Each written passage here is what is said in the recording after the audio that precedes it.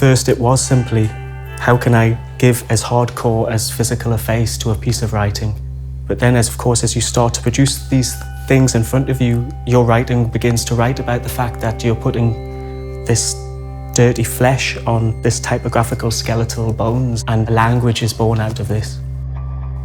I just spent a lot of time thinking about some of the most important memories, some of the most important things that I've held on to in my life. As you're writing out these emotions, then there's moments in which somehow the writing becomes a doodle, the doodle becomes a diagram, the diagram is informed by the words, and the words somehow need to be diagrammatically expressed, as in they need to exist in space somehow. There needs to be a moment where people are not thinking about the words, they're just thinking about their proximity to something else that exists in the world that somebody else has left behind. I mean, I use cement because it seems to me it's the most archetypal physical body I can give.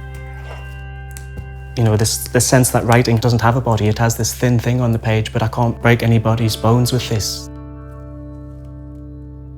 Starting off in Newcastle and starting to think about how I could manifest that writing into objects, it just seemed to make sense to use the materials that were to hand.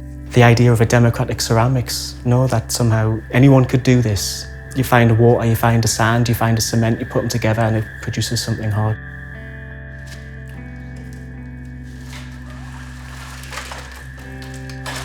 So when I'm demoulding it, I just want to fucking see it as quickly as possible, and the consequences of what I sweated through in order to produce the night before.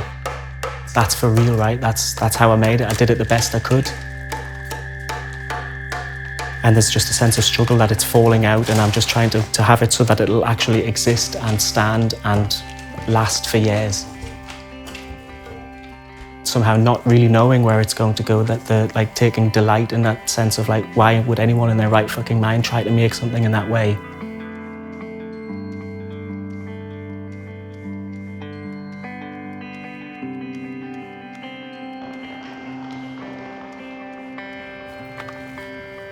I guess I feel that I would be lying if I didn't share every aspect of the work. And so in many ways, the words that are somehow being revealed in one typeface through the physical manifestation are revealed in another typeface more conventionally in a book. Just don't want to waste any opportunity to somehow insert meaning for the greater adventure of the viewer, that somehow they'll put something there that I had no idea was there, and then that's the miracle. But I don't really know how I've ended up making these.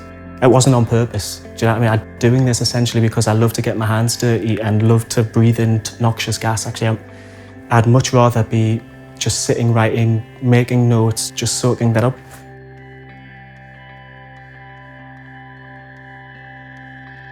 That's what I always felt that I wanted out of art. You go and have a look at art. There's this sense sometimes that you're breaking it with your own interpretation, because you're coming from a different history, from a different culture, what have you, and you look at this thing and you take from it what you will.